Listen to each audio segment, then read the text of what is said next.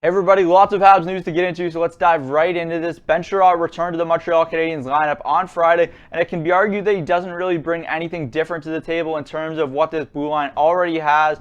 But when he's at his best, I think he brings a unique element to this team. The key word being when he's at his best, because it has been a struggle for him at times this season, and that doesn't even include the 15 games he missed after breaking his hand with a fight with Canucks forward JT Miller. As soon as Chiarot returned, there was little doubt in anyone's mind that he'd be placed beside Shea Weber, who has seen better days of late, to say the least, despite the notion that pairing him with Brett Kulak saw him raise his game a little bit, but certainly not to the level it needs to be, especially not with the amount of money the Canadiens are paying him for the long term. The leadership and physicality that Chiarot brings to the team are definitely noteworthy, but I'm looking forward to seeing the true impact that he has on the blue line down the stretch here. Cole Caufield was recalled by the Montreal Canadiens and placed on the team's taxi squad ahead of Friday's game against the Calgary Flames, and it was announced on Saturday as well that he would accompany the team out west on their 5-game road trip, but it's unclear if he'll be able to get into any action because he currently can't come off the taxi squad without the club going over the salary cap without an injury.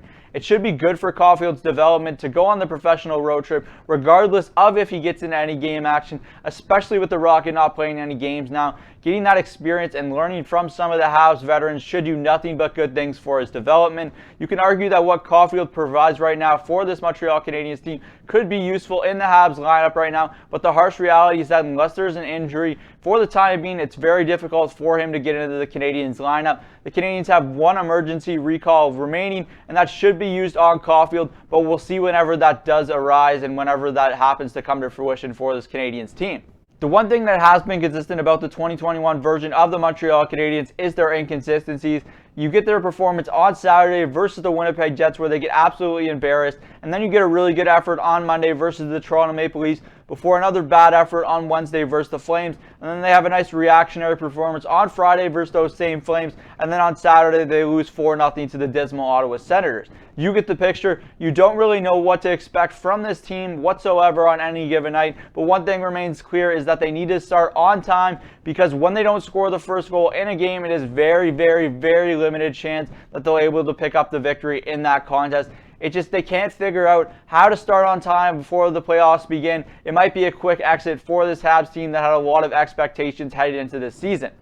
The Montreal Canadiens made 2 additions ahead of the trade deadline. On Monday, they added Erik Gustafsson and Jon Merrill to their backend. Gustafsson is a solid puck-moving defenseman with a great shot, but really struggles immensely in his own zone. And to be quite fair, that's honestly probably an understatement. There is no doubt that Gustafsson knows what to do with the puck offensively, but there's also a lot to his game that leaves a lot to be desired.